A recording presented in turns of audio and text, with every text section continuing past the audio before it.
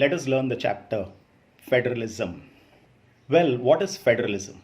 Federalism is a system of government in which the power is divided between the central authority and various constituent units of the country. Now, what do we mean by this? We understand that the power is divided between the central government and the state government or local governments. That is the various constituent units of the country.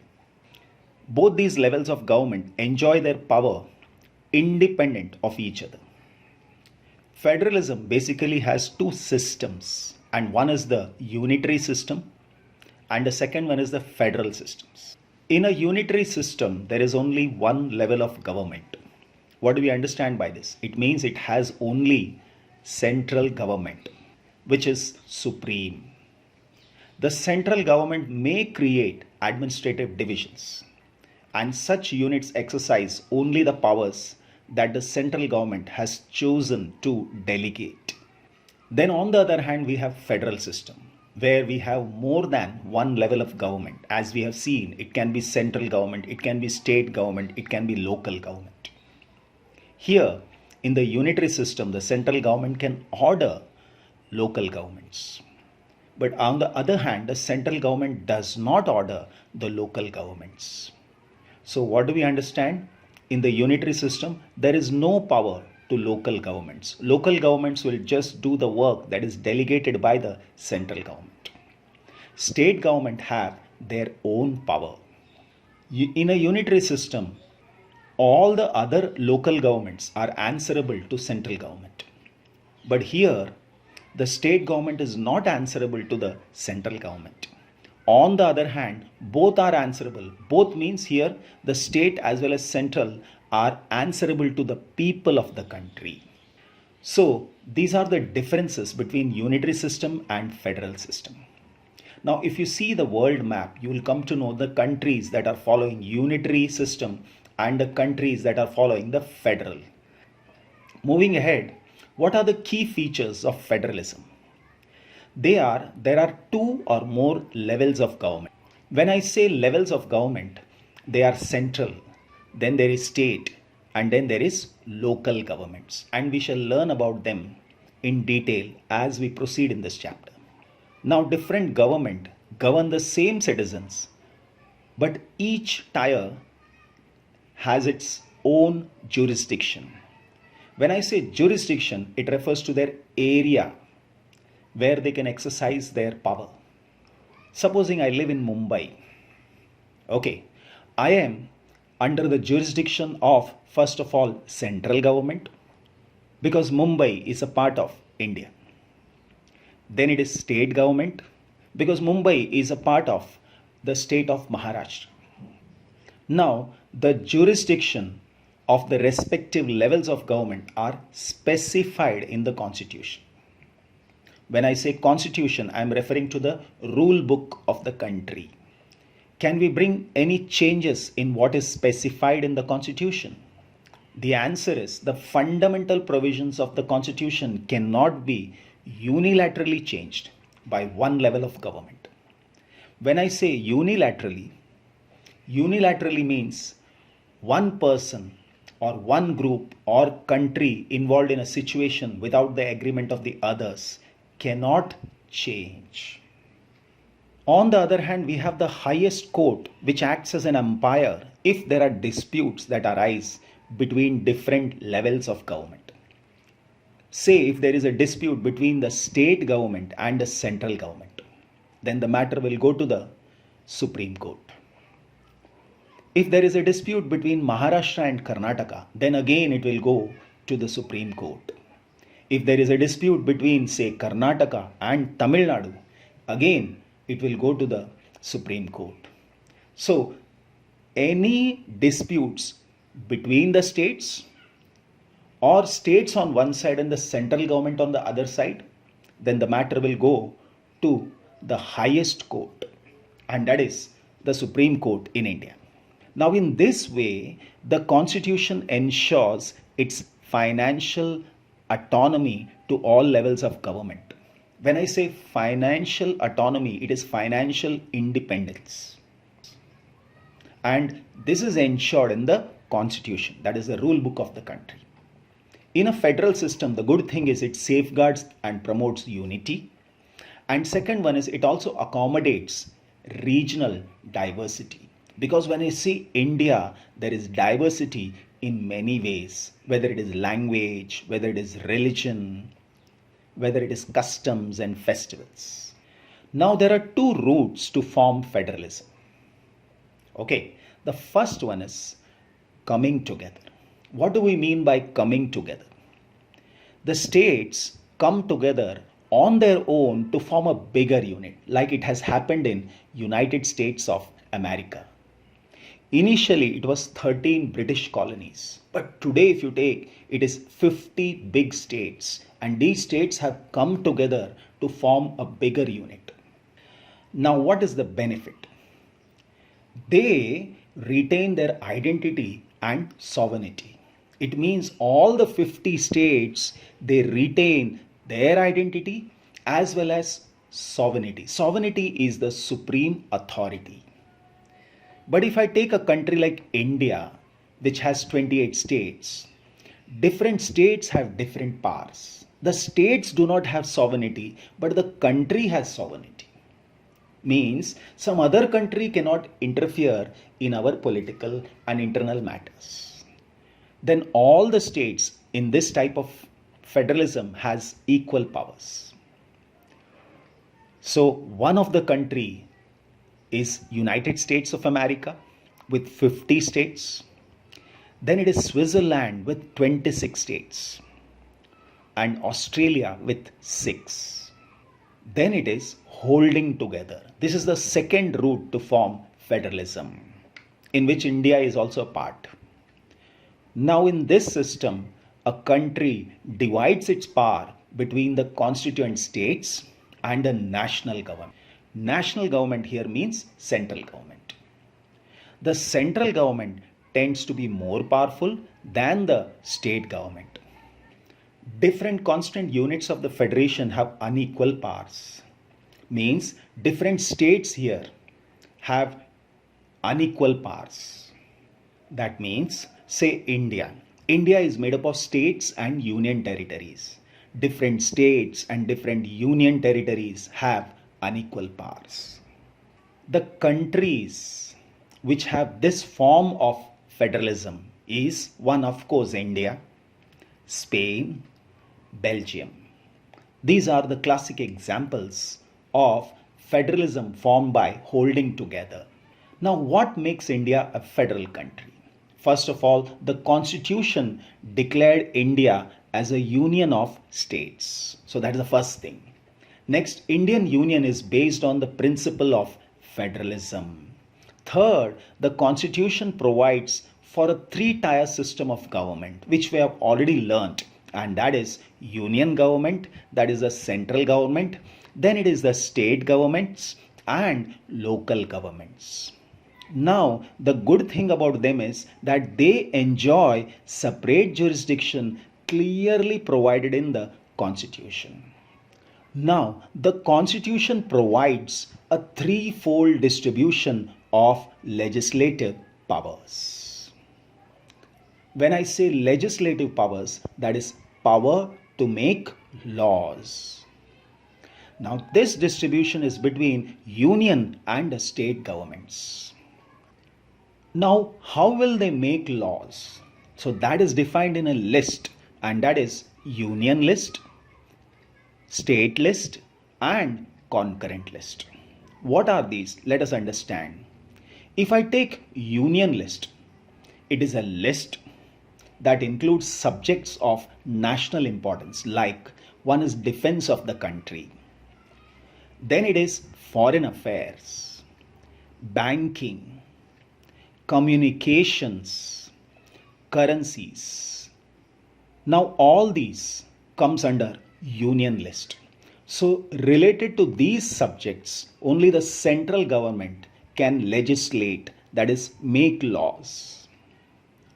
Then it is the state list. Now this contains subjects of state and local importance like police. Then it is trade, commerce, agriculture, and even irrigation. Now, there are many topics that are not covered in these two lists. They are seen in the concurrent list. So, concurrent list includes forest, which is of both national importance as well as state importance. Then it is trade unions. What are trade unions? Trade union is an association either of employees or employers or the independent workers. It is relatively permanent formation of workers, and it is not a temporary or casual combination of workers. Then marriage. Now, subjects that do not fall in any of the three lists will come in the category of residuary subjects. Now, this includes computer software, which did not exist when the Constitution of India was framed. So, it is put in the category of residuary subject. Then it is terrorism, which did not exist before or just after India received independence. These are recently developed problems. So they do not fall under union or state list. Now proceeding further with holding together. Now we have seen that a country divides its power between the constituent states and the national government. Different constituent units of federation have unequal powers, and all states in Indian Union do not have identical powers. Some units of Indian Union enjoy very little power, like the union territories. Union territories are actually directly ruled by the central government.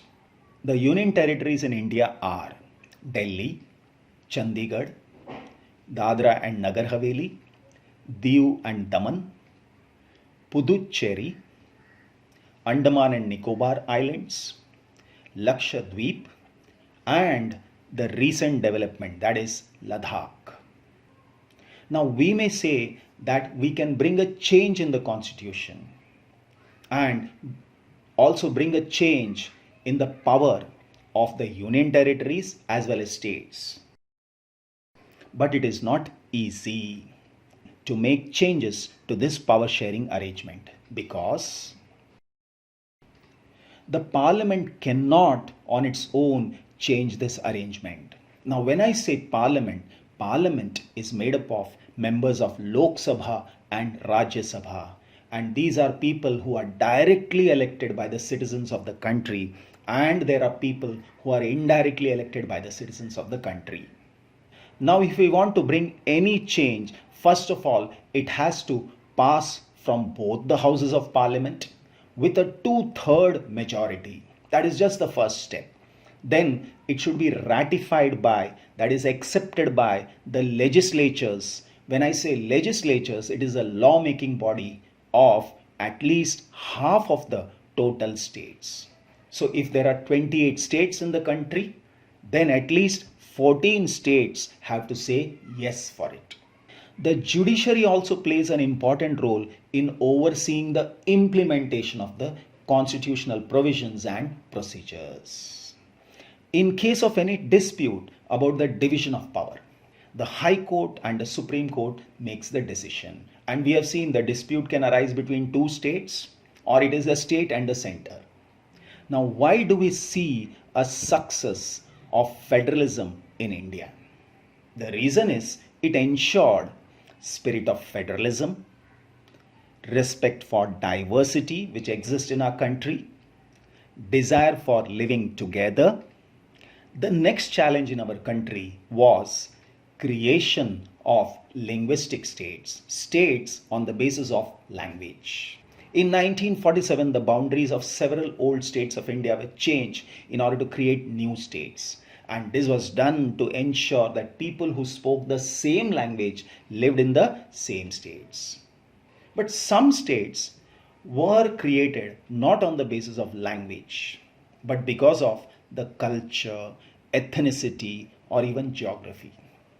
And these includes the states of Nagaland, Uttarakhand, and Jharkhand. When the demand for the formation of states on the basis of language was raised, Some national leaders feared that it would lead to the disintegration of the country. The central government resisted linguistic states for some time.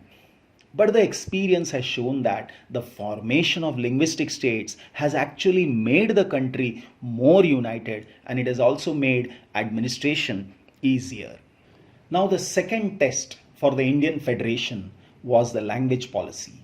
Our constitution did not give the status of language to any one language. Hindi, of course, was identified as the official language, not the national language. Hindi is the mother tongue of only 40% of the Indians. So, to safeguard and protect other languages, 21 other languages were recognized as scheduled languages by the Constitution. So, to safeguard and protect other languages, 21 other languages were recognized as scheduled languages by the Constitution. If I take a candidate in an examination conducted for the central government positions may opt to take the examination in any of these languages. States too have their own official languages. So now we understand decentralization in India. Decentralization is opposite of centralization. In the earlier stage, the power was centralized. So central government was more powerful than the state government. But now gradually the power was decentralized, distributed among the states and the local government. Now let us see how it was done. A major step towards this decentralization was taken in 1992. So now it became constitutionally mandatory to hold regular elections to local government bodies. Constitution was amended, means changed, was improved to make a third tier of democracy more powerful and effective. Reservations of seats for scheduled caste, scheduled tribes, and other backward class. At least 1/3 of all positions are reserved for women. An independent institution called the State Election Commission will conduct panchayat and municipal elections, that is, local elections. Now, talking about the rural government. The rural local government is popularly known as Panchayati Raj. Each village or a group of villages in some states has a Gram Panchayat. This is a council consisting of several ward members, often called Panch, and a president or a Sarpanch. So the Panch and the Sarpanch are elected by all the adult population living in that ward or village. Now let us understand the working of Panchayat. Well, you must understand that it is the decision making body for the entire village. The Panchayat works under the overall supervision of Gram Sabha, and all the voters in the village are its members. It has to meet at least twice or thrice in a year to approve the annual budget of the Gram Panchayat and to review the performance of the Gram Panchayat. Now, let us understand the structure of rural local government. Well, first of all, a few Gram Panchayats are grouped together to form what is usually called Panchayat Samiti. The members of this representative body, that is Panchayat Samiti, are elected by all the Panchayat members in that area. All the Panchayat Samitis or Mandals in a district together constitute the Zilla Parishad. And Zilla Parishad chairperson is the political head of the Zilla Parishad. Now let us understand this the other way around. Now supposing I take one state, Maharashtra. It is made up of districts, and each district is called as Zilla. So for each district, there will be a Zilla Parishad. Now supposing I take this area of Zilla Parishad, it is divided into blocks called development blocks or Panchayat Samitis. And these Panchayat Samiti are further divided into Gram Panchayats. So for Gram Panchayat, we have Panch and a Sarpanch, Then we have a Panchayat Samiti in which we will have a chairman. Then again we will have a Zilla Parishad which will have a chairperson. Now this was rural local government. Now let us understand urban local government. Now similar local government bodies exist for urban area. Municipalities are set up in the towns. Municipal corporations are set up in the big cities. Both are controlled by elected bodies consisting of people's representative. So municipalities or municipal corporation, the members are elected by the people of that particular area. Then municipalities will have a chairperson as the head, and municipal corporation will have mayor as the head. Thank you.